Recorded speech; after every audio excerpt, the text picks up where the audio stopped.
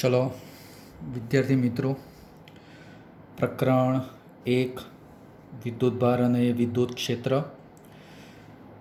આ પ્રકરણની અંદર મેં અત્યાર સુધી વિદ્યુતભાર અને કુલંબ બળ વિશે તમને સમજાવી દીધું અને એના લગતા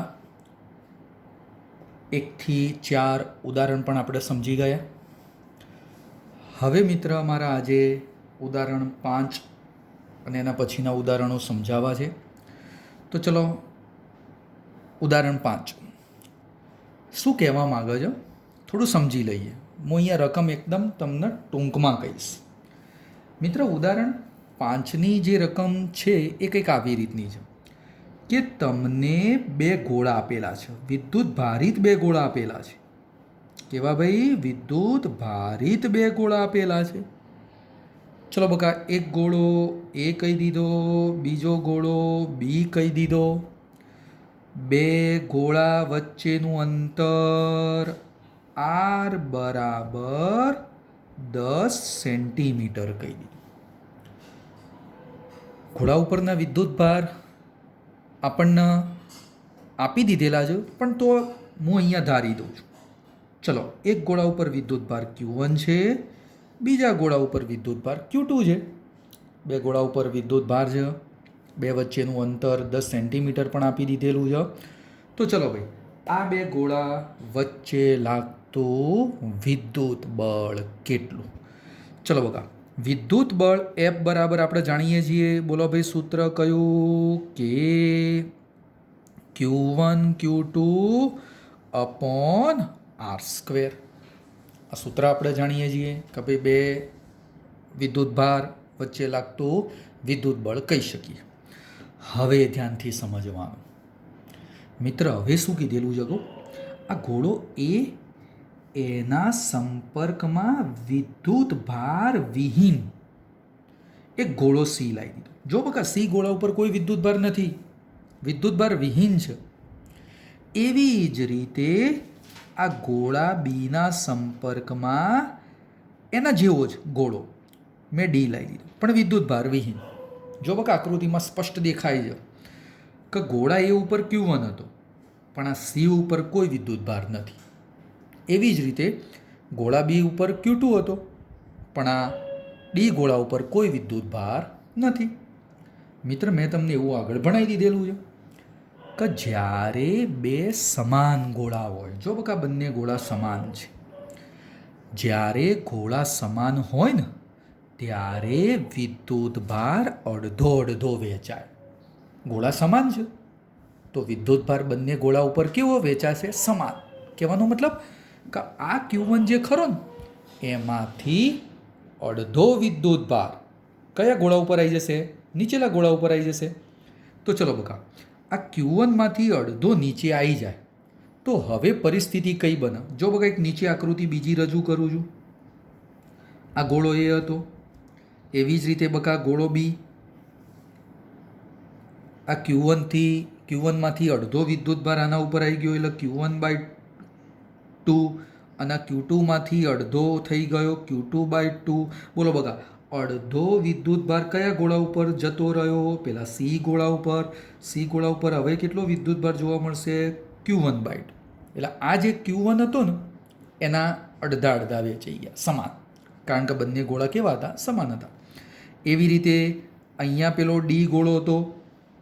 બોલો, ડી ગોળા ઉપર કેટલો વિદ્યુત ભાર આવી જશે? Q2/2.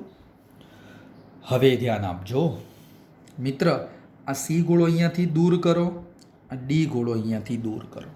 સી અને ડી ગોળા દૂર કરી દે. હવે કયા 2 ગોળા વધશે? એ અને બી. હવે મિત્ર, એ અને બી ગોળા એકબીજાથી કેટલા અંતરે રાખવાના? તો માત્ર આર બરાબર 5 સેન્ટીમીટર અંતરે રાખી દઉં છું. હવે આર બરાબર 5 સેન્ટીમીટર, પણ આર આપણે કેટલો લીધેલો હતો? 10. તો આ અંતર કેટલું થશે? R/2 અંતર થઈ જશે. 5 સેન્ટીમીટર ખરું, આ કેટલું હતું બકા? 10 સેન્ટીમીટર. તો 10નું અડધું કેટલું થઈ ગયું? જો ઉપર કેટલા અંતર હતું? 10 સેન્ટીમીટર. એને આપણે આર કીધેલો હતો. તો આ કેટલું અંતર થયું? 5 સેન્ટીમીટર. તો અંતર કેટલું થઈ જશે? r/2. બોલો બકા, એ ગોળો, બી ગોળો, એ ગોળા ઉપર કેટલો વિદ્યુતભાર હવે વધ્યો? q1/2. બી ગોળા ઉપર કેટલો વિદ્યુતભાર વધ્યો? q2/2. અંતર કેટલું? r/2. તો હવે કોઈ કહેશે મિત્ર આ બે ગોળા ઉપર લાગતું બળ F ડેશ કેટલું બનશે? કોઈ કહેશે F ડેશ કેટલું બનશે? તો સિમ્પલ, F ડેશ બરાબર K q1/2, બીજો વિદ્યુતભાર q2/2 અને અંતર r/2 નો સ્ક્વેર. જો બકા અંતર r/2 થઈ ગયું, વિદ્યુતભાર q1/2, બીજો વિદ્યુતભાર q2/2. ચલો બકા આનું સાદુરૂપ આપીશું તો શું બનશે ભાઈ? F ડેશ બરાબર K q1 q2 બકા 2 આ 2 ગુણ્યા 4 ક્યાં જતા રહેશે? નીચે.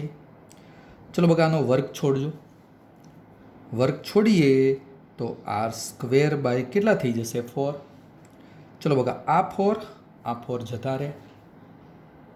તો કોઈ કહી શકે હવે સૂત્ર કયું વધ્યું? ચલો બકા અહીંયા ધ્યાન આલો. હવે સૂત્ર કયું વધ્યું? તો F ડેશ બરાબર કયું વધ્યું ભાઈ? K q1 q2 upon r². અલ્યા ભાઈ આ સૂત્ર તો જો F જ કહીએ છીએ, એ બળને તો આપણે શું કહીએ છીએ? જો એ જ છે ભાઈ આખું F જ. તો કહેવાનો મતલબ F ડેશ બરાબર શું થઈ ગયું? F જ થઈ ગયું. મિત્ર ધ્યાનથી જુઓ ભાઈ, મેં અહીંયા શું સાબિત કર્યું? બરોબર ધ્યાનથી જુઓ. વિદ્યુત ભાર અડધો કર્યો. જો q1/2, q2/2 વિદ્યુત ભાર અડધો કર્યો. હજી ધ્યાન આપો, અંતર અડધું કર્યું r/2, અંતર પણ અડધું કરી દીધું. તો થયું શું? વિદ્યુત ભાર અડધા થયા, અંતર અડધું થયું ને, છતાં બળ બદલાતું નથી. પ્રારંભમાં જેટલું બળ હતું એટલું ને એટલું મન અંતિમમાં બળ મળે છે.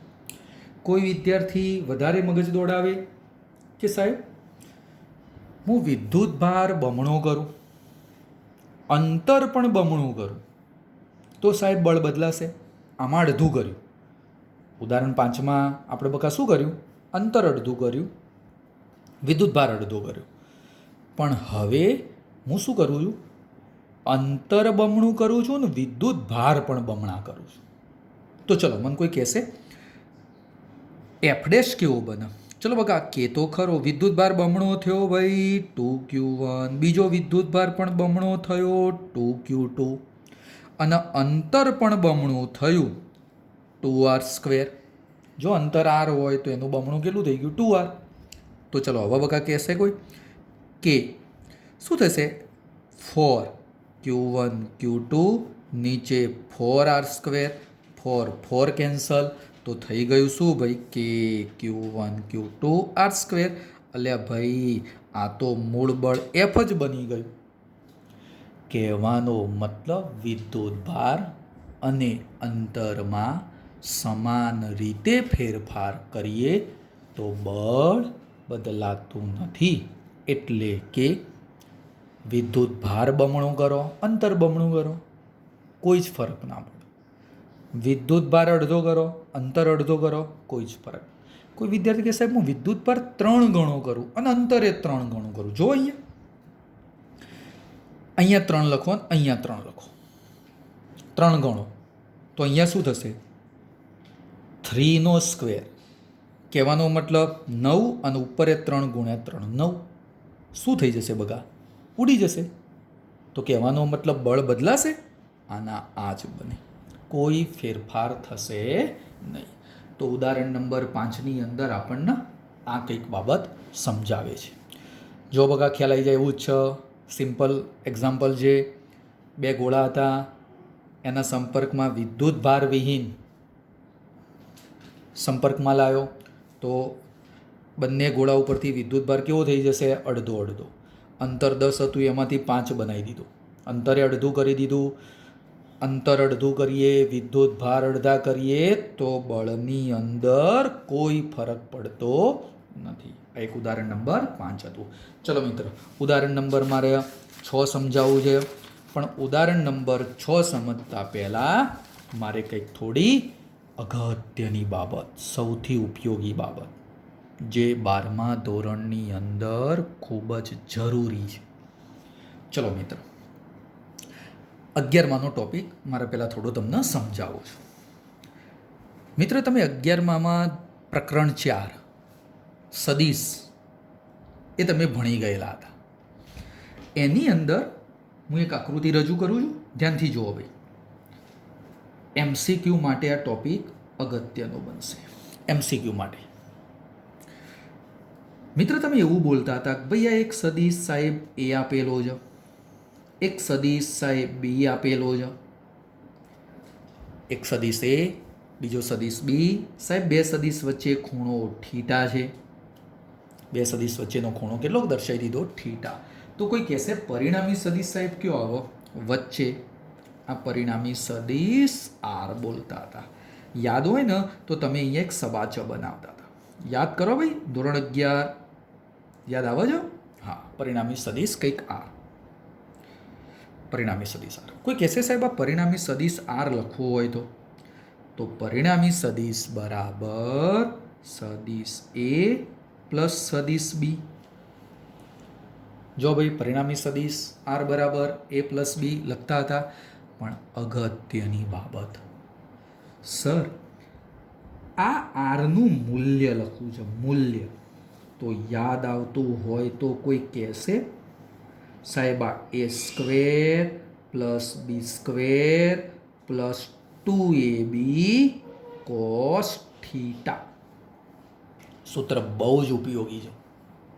ધોરણ 12ની અંદર આ સૂત્ર ઘણી જગ્યાએ ઉપયોગી બનશે. તો પરિણામી સદીશના મૂલ્યનું આ સૂત્ર છે. પણ મિત્ર મારે અહીંયા થોડું આ રીતે આ લખવું છે. આ બાદ થોડું ધ્યાન આપજો. માની લો એક બળ F1 છે, બીજું એક બળ સાહેબ F2 છે. કહેવાનો મતલબ એ અને બીની જગ્યાએ બે બળ છે. આ કોઈ એક બિંદુ ઉપર બે બળો લાગે છે. બંને બળો વચ્ચેનો ખૂણો થીટા પણ કહી દીધો. તો ચલો આ સબાચ બનાવી દઉં છું. તો કોઈ કહેશે સાહેબ પરિણામી બળ કયો આવશે વચ્ચે? હા, તો સાહેબ પરિણામી બળનું સૂત્ર કયું બનશે? તો પરિણામી બળ આર ઇઝ ઇક્વલ ટુ મૂલ્ય, સોરી, પરિણામી બળ આપણે એફ કહી દઈએ. પરિણામી બળ એફ કહી દઈએ. તો ચલો પરિણામી બળ એફ. સૂત્ર કોઈ કહેશે તો પરિણામી બળ એફ બરાબર F1 વત્તા F2. કોઈ કહેશે સાહેબ મૂલ્યનું સૂત્ર લખું તો પરિણામી બળ F બરાબર વર્ગમૂળમાં F1 સ્ક્વેર F2 સ્ક્વેર અને 2F1 F2 કોસ થીટા. આ પરિણામી બળનું મૂલ્ય મળી ગયું. ફરીથી બોલું છું, F1 F2 આ પરિણામી બળ બકા મેં F દર્શાવી દીધું. ઓકે, હવે ધ્યાન આપજો ભાઈ. મિત્ર જો આ બંને બળ સમાન લો, બંને બળ હું સમાન લઉં છું, એટલે કે F1 બરાબર F2 મૂલ્ય સમાન છે. હા, બંને બળની દિશા જુદી જુદી છે, પણ બંને બળના મૂલ્યો સમાન છે. અને એને હું કહી દઉં છું F. તો પરિણામી બળ આપણા માટે શું બની જશે? ચલો F' કહી દઈએ. પરિણામી બળ બકા મેં કયું દર્શાવી દીધું? F'. તો મારે હવે આ સૂત્ર શું બને? તો કોઈ કહી શકે સાહેબ એ સૂત્ર હવે આવું બનશે. જો ભાઈ, F' બરાબર વર્ગમૂળની અંદર F સ્ક્વેર. બંને બળના મૂલ્યો સમાન છે. જો બકા અહીંયા દર્શાવેલા છે F1 અને F2 બરાબર આપણે F દર્શાવવાનું છે. તો અહીંયા બોલો શું બનશે? F1ની જગ્યાએ F1 સ્ક્વેર, તો અહીંયા શું બનશે? F square. એવી રીતે બીજું બળ F સ્ક્વેર 2. ચલો બકા, F1 એટલે F, F2 એટલે F, F F F square, તો આ પણ શું બની જશે એફ સ્ક્વેર અને કોસ થીટા. હવે મિત્ર થોડું ધ્યાન આપો ભાઈ, શું બની ગયું એફ ડેશ બરાબર, ચલો એફ સ્ક્વેર 2f સ્ક્વેર અને આ પણ બકા 2f સ્ક્વેર કોસ થીટા. હવે સૌથી ઉપયોગી બાબત, ધારો કે સર આ થીટા ઇઝ ઇક્વલ ટુ હું 0 લઉં. પેલું એક્ઝામ્પલ, થીટા 0 લઉં તો બને શું, આ કોસ 0 એનો મતલબ 1. તો ચલો ભાઈ આ પદ 1 લખીએ તો શું બનશે એફ ડેશ બરાબર 2f સ્ક્વેર 4f સ્ક્વેર અને 4f સ્ક્વેરનું વર્ગમૂળ, આ 4f સ્ક્વેર અને 4f સ્ક્વેરનું વર્ગમૂળ કેટલું બની જશે 2f. તો આ મન બળી ગયું બળ કયું 2f. પણ આ ક્યારે 2f મળ્યું, બંને બળ વચ્ચેનો ખૂણો 0 હોય ત્યારે. બંને બળ વચ્ચેનો ખૂણો જ્યારે 0 હોય ને ત્યારે આપણું બળ કેટલું થઈ જશે એફ ડેશ બરાબર 2f, ડબલ થઈ જશે. બંને બળના મૂલ્યો સમાન લીધેલા ડબલ થઈ જાય. તો મિત્ર આ એફ ડેશ કોના ઉપર આધારિત બનશે કહું, આ થીટા ઉપર. જો હું થીટા જુદા જુદા લઉં તો મને આ એફ ડેશ જુદા જુદા મળે. હું અહીંયા એક ટેબલ રજૂ કરું છું, બકા ધ્યાનથી જોજો. આ ટેબલ બહુ ઉપયોગી છે, ધ્યાનથી જુઓ દરેક વિદ્યાર્થી ભાઈ.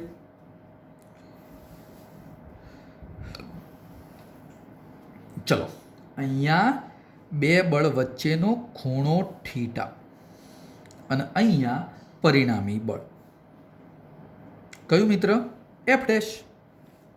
ચલો ભાઈ લખાવો થીટા 0 હોય 0 અંશ. અહીંયા મેં લખેલું જ છે જો બગા થીટા 0 લીધો તો પરિણામી બળ એફ ડેશ બરાબર શું બની જતું હતું 2f બની જતું હતું. હવે જોજો ભાઈ આ ટેબલ તમારે યાદ રાખશો તો તમે દાખલા ઝડપથી ગણી શકશો. ચલો ભાઈ હવે હું ખૂણો 30 અંશ લો. ચલો અહીંયા 30 મૂકજો, પ્રયત્ન કરજો તમે. 30 મૂકશો ને તો તમારું પરિણામી બળ કેટલું બનશે 2 પ્લસ √3 એની 1/2 ઘાત અને આ એફ. કોઈ કહેશે સાહેબ કઈ રીતે આવ્યું, હું હમણાં સમજાવું છું. ચલો એવી રીતે ખૂણો 45 લઉં 45 ડિગ્રી. ચલો 45 લઉં તો કેટલું બનશે બકા, પ્રયત્ન તમારે કરવાનો જ હશે. 2 પ્લસ √2 એની કેટલી ઘાત 1/2 ઇન્ટુ આઈએફ. એવી જ રીતે 60 લઉં. હું હમણાં 1-2 એક્ઝામ્પલ તમને આની અંદર સમજાવું છું. 60 લઈએ તો કેટલું પદ બનશે √3f બની જશે. એવી રીતે 90 એંગલ લઈએ તો ચલો 90 અંશનો લઉં તો √2f બનશે અને મારા ઉપયોગી આ પદ આવશે 120 અંશ લો તો મિત્ર પરિણામી પણ એફ જ બની જશે. બીજા ખૂણા લઈ શકાય, સપોઝ 180 લો તો અહીંયા 0 બની જશે. ચલો બકા હા કોઈ કે સાહેબ મને આમાં કંઈ ખબર જ ના પડી, કઈ રીતે તમે ટેબલ બનાવી દીધું. જો 0 અંશ માટે તો મેં તમને સમજાવી દીધું. હજી 1-2 હું એક્ઝામ્પલ લો. કોઈ વિદ્યાર્થી કે સાહેબ આ 90 એંગલ માટે લઈ, બે બળ વચ્ચેનો ખૂણો 90 લો તો ચલો અહીંયા 90 મૂકજો ભાઈ, આ સૂત્રમાં 90 મૂકજો, થીટા ઇઝ ઇક્વલ ટુ 90 કરજો. શું થાય લે એટલે કોસ 90 મીન્સ 0. જો બગા અહીંયા લખું છું થીટા ઇઝ ઇક્વલ ટુ 90 અંશ લઈએ તો આપણે શું થાય, જો ભાઈ 2f સ્ક્વેર કોસ 90 જવાબ કેવો થઈ જશે 0. તો આનું સાદું રૂપ આલો, આ √2 અને પેલો શું થઈ ગયો f. જો બગા એ જ લખેલું છે ને 90 માટે કેટલું લખેલું છે √2f. એવી રીતે કોઈક કે સાહેબ 60 લઈએ તો ચલો અહીંયા થીટા 60 મૂકો 60 અંશ થીટા 60 મૂકો. ચલો બકા કોસ 60 એટલે કોસ 60 એટલે 1/2 લખાવો. એફ ડેશ બરાબર 2f સ્ક્વેર અહીંયા જો બકા લખું છું 2f સ્ક્વેર અને કોસ 60 એટલે 1/2 લખાવી દો. કોસ 60 એટલે 1/2 2 ઉડી જાય 2f સ્ક્વેર 3f સ્ક્વેર વર્ગમૂળમાં 3f સ્ક્વેર. તો એફ ડેશ બકા કેટલા બની ગયા? Simple √3f. કહેવાનો મતલબ જુદા જુદા ખૂણાઓ માટે આમન પરિણામી બળ. પણ બકા એક વસ્તુ યાદ હો, આમે બળના મૂલ્યો સમાન હોય ને ત્યારે, બળના મૂલ્યો કેવા હોય બકા? સમાન હોય ને ત્યારે યાદ રાખવાનું થશે. યાદ રાખશો ને તો તમારા દાખલા બહુ સરળ બની જશે. ટેબલ થોડું યાદ રાખવું થશે. ચલો બકા, હવે આના ઉપરથી ઉદાહરણ નંબર 6 ધ્યાન આપજો બકા. ઉદાહરણ નંબર 6. ચલો ભાઈ, ઉદાહરણ નંબર 6 ધ્યાનથી જુઓ ભાઈ. હા, આ ઉદાહરણ નંબર 6 છે આપણા માટે.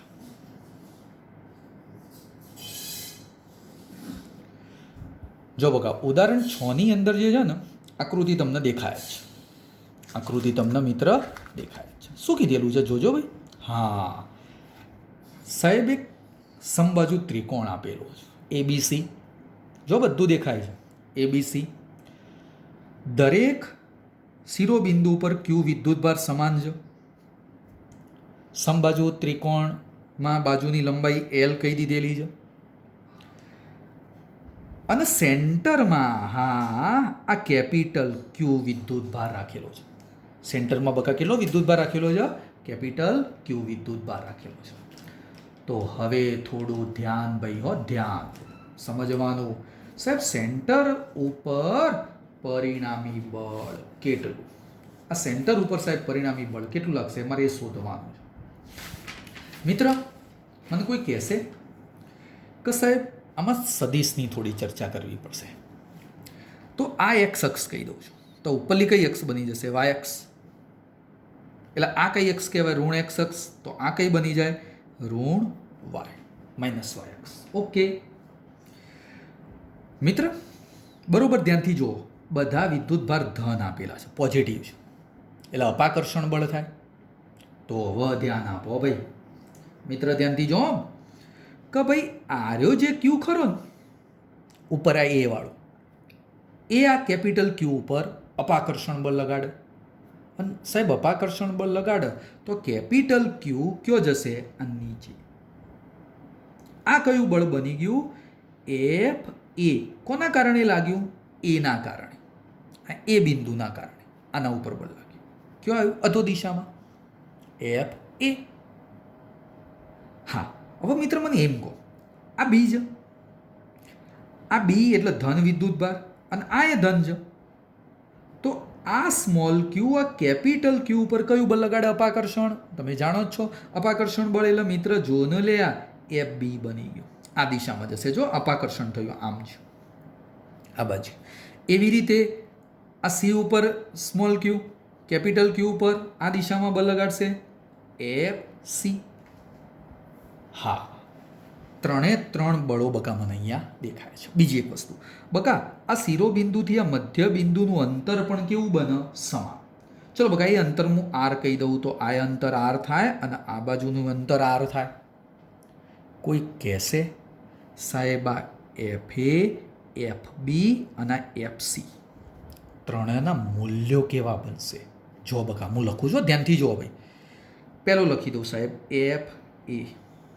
બરોબર જુઓ, એફ એ બરોબર જો લે. એટલે એફ એ, હા આ રહ્યું લે. એટલે કુની વચ્ચે બળ લાગે છે? તો જો આ સ્મોલ ક્યુ છે, નીચે આ કેપિટલ ક્યુ છે. આ બંને વચ્ચે આ બળ લાગતું હતું એફ એ. તો આ બંને વચ્ચેનું અંતર કેટલું છે?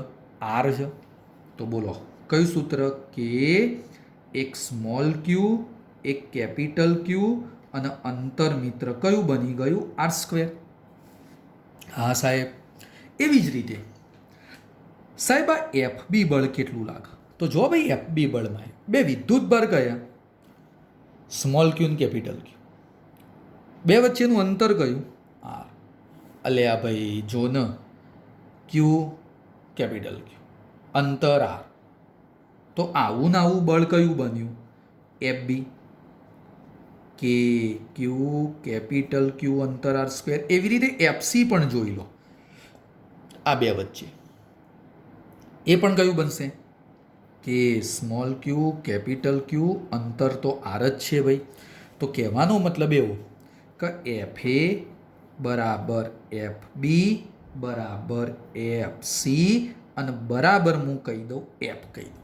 બધા બળોના મૂલ્યો સમાન છે ભાઈ. દિશા જુદી જુદી જો ભાઈ. જો દિશા ત્રણેયની જુદી જુદી છે. હવે મારે આ ત્રણે ત્રણ બળોનું સદિશ સ્વરૂપ લખવું છે. સદિશ સ્વરૂપ. કોઈ કહેશે સાહેબ કે ભાઈ આ એફ એ કઈ દિશામાં કહેવાય? જો બગા, હા સાહેબ, આ તો નીચે જાય છે, ઋણ વાય અક્ષ ઉપર છે. તો હું એફ એ સદિશ કંઈક આવો ના લખી શકું બગા? એફ એ સદિશ તમને ખબર હોય તો સદિશ કઈ રીતે લખાય? તમે ભણી ગયા છો બકા. કોઈ પણ સદિશ હોય ને, ધારો કે સદિશ એ, તો પહેલાં સદિશનું મૂલ્ય અને બાજુમાં યાદ હોય ને તો એનો એકમ સદિશ લખતા થાય. એન કેરેટ મૂલ્ય ગુણ્યા એકમ સદિશ. આ યાદ હોય તો ભાઈ ધોરણ 11માં આ વસ્તુ તમે ઓલરેડી સમજી ગયેલા છો. એ જ વસ્તુ અહીંયા. ચલો એફ એ સદિશ. તો એફ એનું મૂલ્ય એટલે એફ જ. જો બકા ઉપર ધારી દીધું છે એફ એનું મૂલ્ય એટલે એફ જ. અને ભાઈ આ એફ એ નો એકમ સદિશ અલ્યા કઈ દિશામાં? ઋણવાય. અને ઋણવાય હોય ને તો એનો એકમ સદિશ કયો થાય? માઇનસ જે કેરેટ થઈ ગયો. ઓકે, કયો થઈ ગયો? માઇનસ જે કેરેટ થઈ ગયો. હજી થોડું ધ્યાન આપો ભાઈ. કોઈ વિદ્યાર્થી કે સાહેબ મારે એફ બી લખવું છે. કઈ એફ બીની દિશા જોજો બરોબર. જો આકૃતિમાં, હા આ રહી ભાઈ. કોઈ કહેશે સાહેબ સમબાજુ ત્રિકોણ હોય તો આખો ખૂણો કેટલો થાય? 60. તો અડધો કેટલો થશે? 30. જો આ 30 થાય તો આ પણ કેટલો થાય ભાઈ? 30. અને જો એ 30 હોય ને તો મને એફ બીના બે ઘટકો મળે. કયા કયા ઘટકો મળશે? કોઈ કહી શકશે બકા? જો એફ બીનો આ ખૂણાની બાજુનો ઘટક આ બાજુ કયો કહેવાય? F B cos 30. અને એને લંબ આ દિશામાં આવે. જો બકા આકૃતિ બરોબર ધ્યાનથી જુઓ. કયો બની જશે? F B sine 30. એફ બીના કેટલા ઘટકો મળી ગયા? બે. એક એફ બી કોસ 30 અને એક એફ બી સાઇન 30. એક કઈ અક્ષ ઉપર આવ્યો? એક્સ. અને બીજો કઈ અક્ષ ઉપર આવે છે? વાય અક્ષ ઉપર. તો ચલો લખાવો ભાઈ. બંને ઘટકો લખાઈ દો અને એના એકમ સદિશો લખાઈ દો. ચલો ભાઈ ઝડપથી. ભાઈ એફ બીનું મૂલ્ય એફ જ. મૂલ્ય આપણે એફ જ લખવાનું. તો ચલો બગા એફ બી સદિશ. તો એક ઘટક કયો? એક્સ દિશાનો એફ. આ એફ બીની જગ્યાએ બગા કયો લખી દઉં છું? એફ. તો એફ કોસ 30 અને કયો કેરેટ? આઈ કેરેટ. કેમ બકા આઈ કેરેટ? એક્સ દિશામાં છે એટલે આઈ કેરેટ આવશે. એવી જ રીતે મિત્ર બીજો ઘટક વાય અક્ષ ઉપર છે તો કયો બનશે?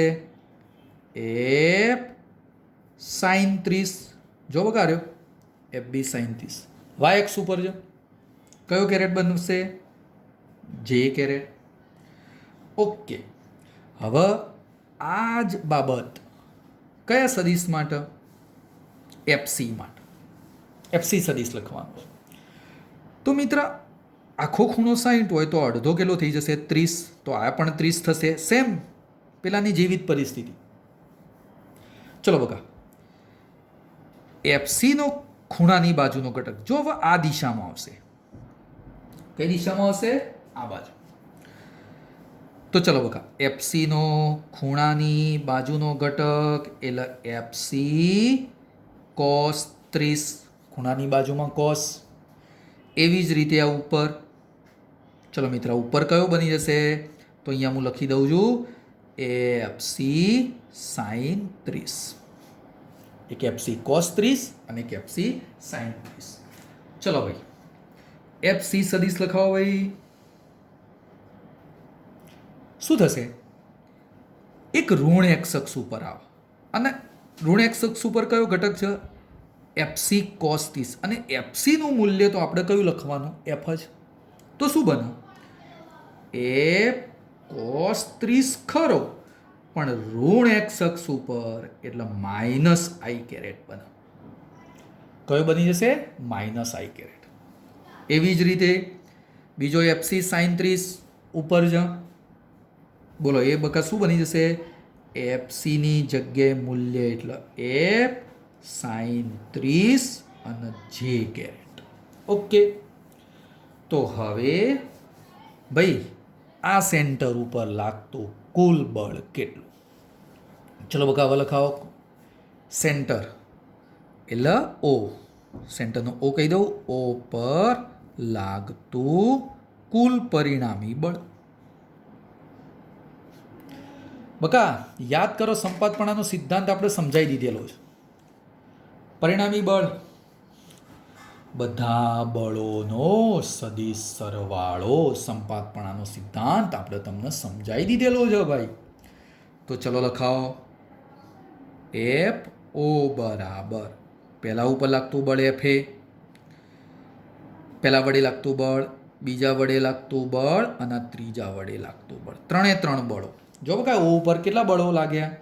એક FA, એક FB અને એક FC. આ ત્રણે ત્રણ બળોનો મેં શું કરી દીધો? સદિશ સરવાળો કરી દીધો.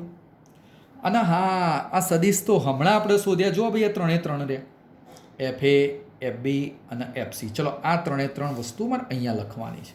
લખાવો ચલો ભાઈ. FA શું લખી દઉં બકા? માઇનસ, આ માઇનસ પહેલાં લખ્યો બકા, માઇનસ FJ લખી દઉં. ચલો બકા કયું પર? માઇનસ FJ આવી ગયો. ચલો FB લખાવો ભાઈ. આ રહ્યું ઉપર જો બકા, આ રહ્યું આખો FB છે. લખાવો. F cos 30 I caret plus F sin 30 J caret. હવે કયું વધ્યું? FC. તો જો બકા રહ્યું FC છેલ્લું. ચલો લખાઈ દો એ પણ. આ માઇનસ બકા પહેલાં લખવાનું હો, ભૂલ ના થાય મિત્ર. અહીંયા જો આ માઇનસ આગળ લખાય. ચલો માઇનસ આગળ લખાવો.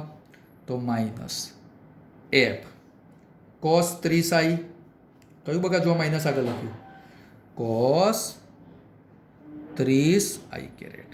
અને છેલ્લો કયો સદિશ વધ્યો બકા? F sin 30 J caret. F sin 30 J caret. હા અલ્યા ઓય જોજે લે. F cos 30 I, F cos 30 I પણ આ પ્લસ આઈ અને માઇનસ આઈ, એટલે એક પ્લસ આઈ અને એક માઇનસ આઈ. તો આ બંને ઢસ ઢસ. સાઇન 30 એટલે 1/2, આ પણ સાઇન 30 એટલે 1/2. તો બોલો બકા શું બનશે? FJ minus FJ. આ સાઇન 30 એટલે 1/2 થશે. એટલે શું થશે બકા કહું? F/2J થશે. આ F સાઇન 30 એટલે 1/2 એટલે એમાં F/2J. એટલે અડધું અડધું આખું. તો શું થયું? માઇનસ FJ અને આ રહ્યું પ્લસ FJ. તો ટોટલ 0 થઈ ગયું. ટોટલ બકા કેટલું બળ બની ગયું? 0. આ સેન્ટર ઉપર લાગતું કુલ પરિણામી બળ બકા કેવું બની ગયું? 0 થઈ ગયું. હા યાદ રાખજો, તને એક વસ્તુ કહી દઉં. કોઈ પણ બહુકોણ હોય, એ બહુકોણના દરેક શિરોબિંદુ ઉપર સમાન વિદ્યુતભાર હોય, સમાન વિદ્યુતભાર. તો એ બહુકોણના સેન્ટર પાસે કુલ પરિણામી બળ 0 જ બને. એટલે કે માની લો ત્રિકોણ, સેન્ટર દરેક શિરોબિંદુ ઉપર Q, તો સેન્ટર ઉપર બળ કેવું બને? 0 જ બને. કોઈ વિદ્યાર્થી કે સાહેબ હું ચોરસ લઉં, દરેક સેન્ટર શિરોબિંદુ ઉપર Q Q Q, તો અહીંયા સેન્ટર ઉપર લાગતું પરિણામી બળ 0 જ. કોઈ કે પંચકોણ લઉં, પંચકોણ લો, ષષ્ઠકોણ લો, ગમે તે તમે ધ્યાનમાં લઈ શકો. આ પંચકોણ ચલો. કોઈ કે સાહેબ ક્યુ કેમ લો, કેપિટલ ક્યુ લો, ચાલે, ગમે તે વિદ્યુત ભાર લો, પણ વિદ્યુત ભાર કેવો હોવો જોઈએ? સમાન. તો આ સેન્ટર ઉપર બળ કેવું બને? 0 જ બને. આ યાદ રાખો, અગત્યની બાબત. કોઈ પણ બહુકોણના દરેક શિરોબિંદુ પર વિદ્યુત ભાર સમાન હોય તો સેન્ટર પાસે પરિણામી બળ 0 બને. ઓકે, ચલો બકા, આ ઉદાહરણ જે 6 બનાવ્યું મેં, એની બીજી મેથડ પણ છે. જોજો, ટૂંકમાં હું રજૂ કરું છું. બીજી રીત ટૂંકમાં રજૂ કરું છું. મિત્ર, બરોબર, અહીંયા જો આકૃતિ જો, આ એફએ સદિશ સ્વરૂપ હતું. હર્યું, ચલો એફએનું સદિશ સ્વરૂપ એટલે કયું હતું? F A is equal to minus F જે કેરેટ. ઓકે ઓકે, હવે તું આ બે બળો ઉપર ધ્યાન આપ. કયા બે? એક એફ બી અને એક એફ સી. એટલે એફ બી અને એફ સીના મૂલ્યો કેવા? જો ભાઈ, સમાન. તો હમણાં મેં તમને આગળ ભણાયું, અલ્યા મૂલ્યો સમાન. તો આ બંને વચ્ચે ખૂણો કેટલો બને છે બકા? જો આ ખૂણો ધ્યાનથી જોજો ભાઈ, આ ખૂણો બનશે 120 અંશનો બની જાય. જો 180 હોય, એમાંથી આ 30 અને 30 જતો રહેશે, તો કેટલો બની જશે? 120. ઓકે સાહેબ, બે બળના મૂલ્યો સમાન. જો અહીંયા આકૃતિ એક નાની રજૂ કરું છું, ધ્યાનથી જુઓ. આ એક બળ હતું બકા એફ સી, આ એક બળ હતું મિત્ર એફ બી, અને ત્રીજું નીચે હતું એફ એ. ચલો એફ એ તો મિત્ર મેં લખી દીધું. આ બે વચ્ચેનો ખૂણો કેટલો છે? 120. અને ભાઈ હમણાં મેં તમને આગળ ભણાવ્યું, જો ખૂણો 120 હોય ને તો શું થશે?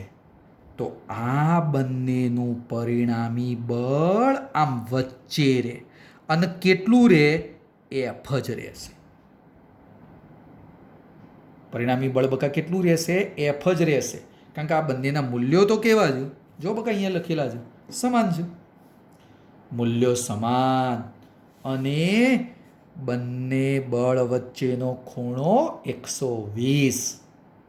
તો આ બંનેનું પરિણામી બળ વચ્ચે.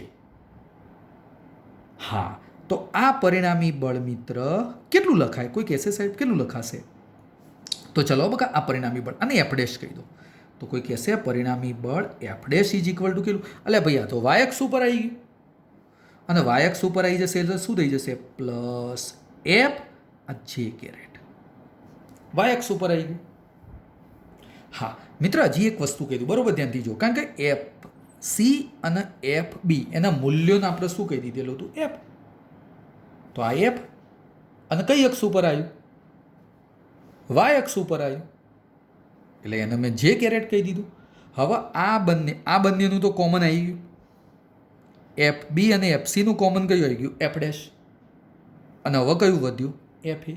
આ બંનેનો સરવાળો કરજો ભાઈ, તો આ એક પ્લસ, આ એક માઇનસ. પરિણામી બળ કેવું બની જશે? 0. આ રીતે પણ સાબિત કરી શકાય, પણ આ ખબર હોવી જોઈએ. 120 માટે કયું બની જશે? આ એફ ડેશ, અને F dash is equal to f જે કેરેટ બની જશે. ઓકે, તો આ હતું બકા ઉદાહરણ નંબર 6. હા, તમારા આકૃતિ એકદમ સિમ્પલ દોરવા. આ ઘટકો ના લખો ચાલો ભાઈ, આ ઘટકોની કોઈ જરૂર તમારે નથી. આ તો મેં તમને સમજવા માટે દર્શાવી છે. ઓકે, ચલો બકા, હવે ઉદાહરણ નંબર 7. ચલો ભાઈ, ઉદાહરણ નંબર 7 એ પણ થોડું સમજવા જેવું છે, ધ્યાનથી જોજો ભાઈ. ઉદાહરણ નંબર 7. ચલો ભાઈ, એની અંદર પણ એક સમબાજુ ત્રિકોણ જ છે. હા, એબીસી દર્શાવી દીધેલું છે આકૃતિમાં. એ ઉપર પ્લસ ક્યુ, બી ઉપર પણ પ્લસ ક્યુ અને સી ઉપર માઇનસ ક્યુ. આ 3 વિદ્યુતભાર આપેલા છે. તો મારે શું શોધવાનું છે કહું? આ દરેક વિદ્યુતભાર ઉપર બળ કેટલું લાગે? 3 વિદ્યુતભાર ઉપર બકા મારે બળ નક્કી કરવાનું છે. ફરીથી બોલું છું, 3 વિદ્યુતભાર ઉપર મારે બળ નક્કી કરવાનું છે. ચલો, આ ખૂણો તો કેટલો બની જાય? સમબાજુ ત્રિકોણ છે 60. ચલો બકા એફ એ માટે લખીએ. હા, સમબાજુ ત્રિકોણો પહેલા એમ કહી દઈએ કે આ બધા અંતર કેવા બનવાના? સમાન. ચલો બકા, આ અંતરના આર કહી દઉં, આને આર કહી દઉં અને આને આર કહી દઉં. 3 માટે બળ કેવા બની જાય? સમાન. મૂલ્ય સમાન બને. કોઈ વિદ્યાર્થી કે સાહેબ આના ઉપર બળ મારવું હતું. ચલો, આના ઉપર શોધવું છે. આ સી વિદ્યુત ભારે આના ઉપર બળ લગાડશે. કહેવાનો મતલબ આ સી બિંદુએ બળ લગાડશે, આ બી બિંદુએ બળ લગાડશે. આ બંનેના મૂલ્યો જોજો. ક્યુ ક્યુ અંતરાર, આ બાજુએ જુઓ ક્યુ ક્યુ મૂલ્ય ક્યુ ક્યુ અંતરાર, આ બાજુ બેજો. આ ક્યુ અંતરાર, આ ક્યુ અંતરાર. તો કહેવાનો મતલબ એવો, દરેક વિદ્યુત ભારની જોડ માટે બળના મૂલ્ય, દરેક વિદ્યુત ભારની જોડ માટે હું અહીંયા લખી દઉં છું. દરેક વિદ્યુત ભારની જોડ માટે બળના મૂલ્યો કેવા બની જશે? સમાન. ચલો, બળનું મૂલ્ય લખાવો. કયું મિત્ર ભાઈ? બળનું મૂલ્ય એફ બરાબર કે ક્યુ ક્યુ. જો બકા, બંને વિદ્યુતભાર તો ક્યુ ક્યુ જ છે, એટલે ક્યુ સ્ક્વેર અને અંતર કયું બની જશે? R square. હા, આ તો મિત્ર મને મળી ગયું. હવે બરોબર ધ્યાનથી જુઓ ભાઈ. ઓ ભાઈ જુઓ, મારે આના ઉપર બળ હોય, એ ઉપર. ચલો ભાઈ, એ ઉપર બળ કોણ લગાડે? હા સાહેબ, આ બી બળ લગાડે. પણ બીનો વિદ્યુતભાર કયો? પ્લસ ક્યુ. આ પણ પ્લસ ક્યુ. શું થશે? અપાકર્ષણ. તો જોજો ભાઈ, હું અહીંયા કંઈક આવી રીતે દર્શાવી દઉં છું. આને 1 કહી દઉં છું, આ 1 છે. આને 2 કહી દઉં, એટલે થોડું સરળ રહે દર્શાવવા માટે. અને આને 3 કહી દઉં. તો ચલો, આ 1 ઉપર બળ લાગે છે. કોણ લગાડે છે? આ 2. તો ચલો, એ બળ આ દિશામાં હશે. કેમ બકા આ દિશામાં? બળ કોના ઉપર લાગ્યું? પહેલા ઉપર. કોને લગાડ્યું? બીજાએ. બંને ધન ધન, એટલે શું થશે? અપાકર્ષણ આ દિશામાં લાગશે. હા, પણ સાહેબ આ ત્રીજો આ પહેલા ઉપર બળ કઈ રીતે લગાડે? કોઈ કહેશે ત્રીજો પહેલા ઉપર સાહેબ બળ કઈ રીતે લગાડશે?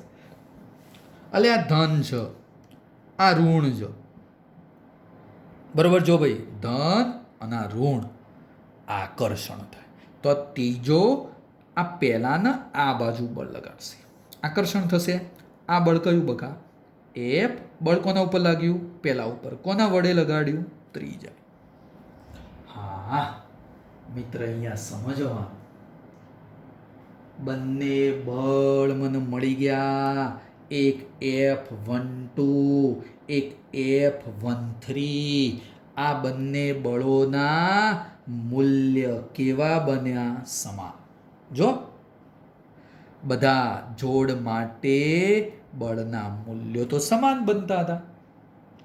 તો કોઈ કહેશે આ બે બળ વચ્ચેનો સાહેબ અહીંયા ખૂણો કેટલો? તો 120. જો બકા, 180. ટોટલ આખો ખૂણો કેટલો હોય? 180. 180 માંથી આ કેટલો જતો રહ્યો? 60 જતો રહ્યો, એટલે 120 બની જશે.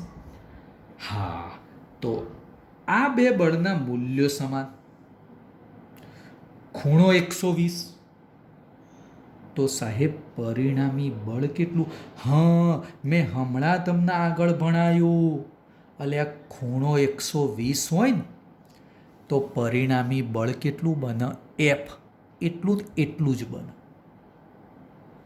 હા, કોઈ કહેશે સાહેબ એ પરિણામી બળ એટલું ને એટલું બને, પણ એની દિશા કેવો હોય? તો ધ્યાનથી જો, વચ્ચે આ બંને 120 હતા ને, એની વચ્ચે આ રીતે આવશે. ચલો, આ પરિણામી બળ મિત્ર મને મળી ગયું F1 પહેલા ઉપર. મિત્ર, આ F1 ની દિશા કઈ આવી? કે છે સાહેબ આમાં તો દિશા કોઈ એક્સ વાય જેવું તો કોઈ દેખાતું જ નથી, પણ હા હું એક વસ્તુ કહી શકું, આ F1ની દિશા ધ્યાનથી જુઓ બકા, આ લાઈન જુઓ અને એવી ને એવી આ લાઈન જુઓ, આ બંને લાઈનો સમાંતર કે તો F1ની દિશા કયો આવે ભાઈ કહું, આ લાઈન ઉપર આવે, આને સમાંતર, હા એટલે ક્યોથી કયો આવશે, આ બાદ જાય છે, એનો મતલબ આ બીથી કયો આવશે, સી તરફ આવશે, બીથી કયો જશે, આમ સી તરફ જશે. તો જો ભાઈ હો હું આ એ ઉપર લાગતા બળની થોડી ચર્ચા અહીંયા કરું છું. એક વિદ્યુત ભાર પર લાગતું બળ,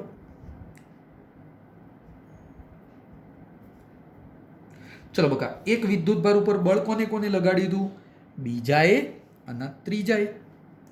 કયા કયા બળ લગાડે, F12 F13, તો લખી દઈએ એક વિદ્યુત ભાર ઉપર લાગતું બળ કોના કોના વડે લાગ્યું, બીજા વડે અને ત્રીજા વડે. ચલો બીજા વડે કયું બળ લાગ્યું, F12, ત્રીજા વડે કયું બળ લાગ્યું, F13, અને તેમની વચ્ચેનો ખૂણો કેટલો, તેમની વચ્ચેનો ખૂણો મિત્ર કેટલો બની જશે, થીટા ઇઝ ઇક્વલ ટુ 120, અને 120 હોય તો પરિણામી બળ F1 ઇઝ ઇક્વલ ટુ આપણું આ F જ,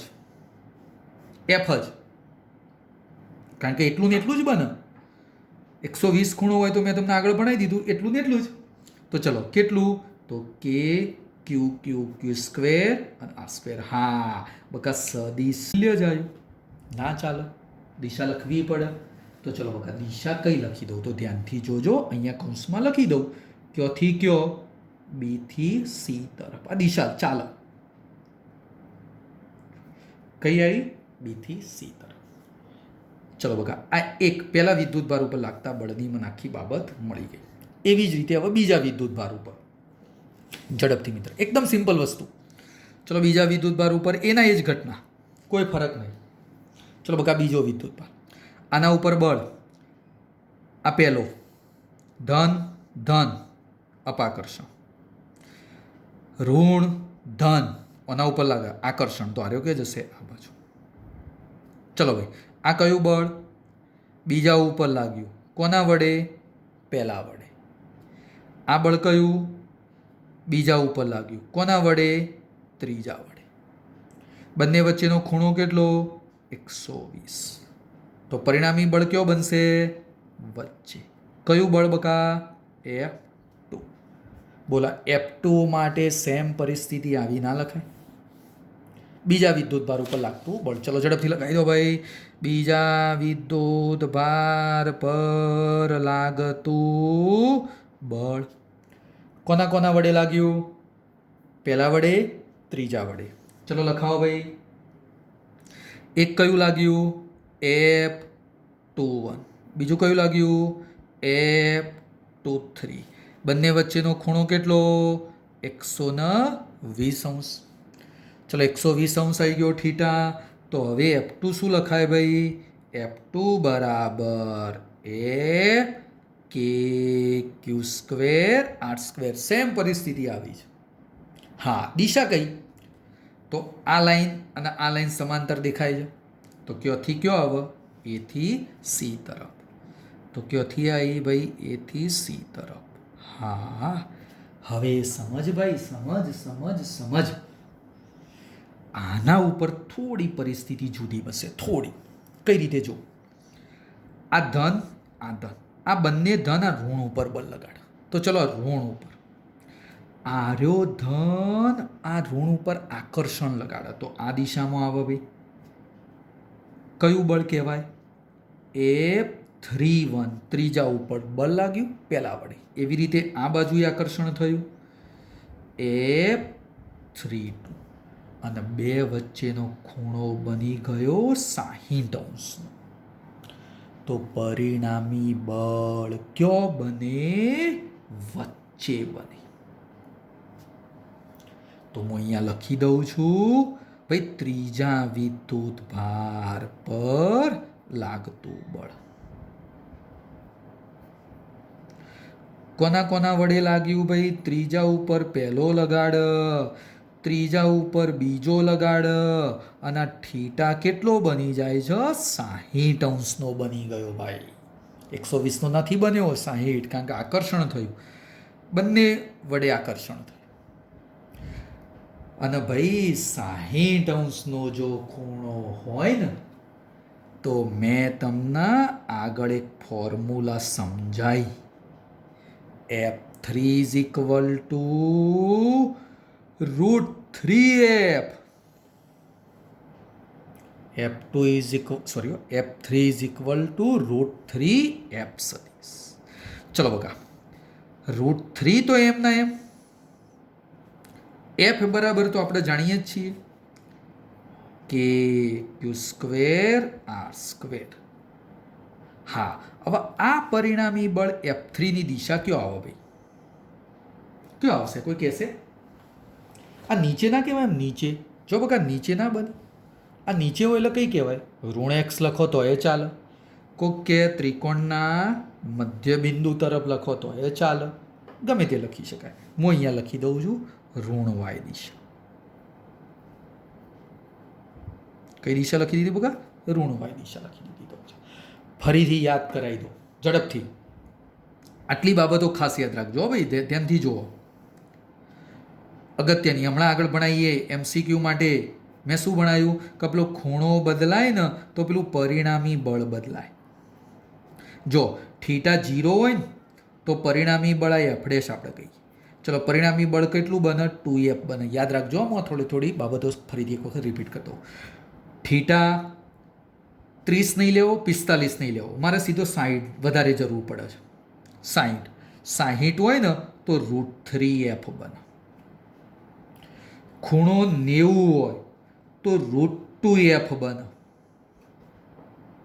અને ખૂણો 120° હોય ને તો પરિણામી બળ f જ બની જાય. આ ટેબલ ખાસ યાદ રાખવા. હા, પણ મહત્વની વસ્તુ, બળના મૂલ્યો કેવા હોવા જોઈએ? સમાન. બળના મૂલ્યો સમાન હોય અને બંને બળો વચ્ચેનો ખૂણો જુદો જુદો હોય તો તમારે આ વસ્તુ યાદ રાખો, ઘણી જગ્યાએ ઉપયોગી થાય, ઘણી જગ્યાએ. એટલે બકા એક વસ્તુ હતી, આ સાબિત કઈ રીતે કરાય એ મેં તમને આગળ કીધું, તો એક વખત ફરીથી જોઈ લો ભાઈ. એ સાબિત કંઈક આવી રીતે આપણે આગળ જો ભાઈ યાર આ સાબિત કરી દો. આ સૂત્રની અંદર કિંમત મૂકવાની, આ થીટા બદલાય, થીટા બદલાશે. એટલે આખું ટેબલ મેં તમને હમણાં સમજાવી દીધું હતું.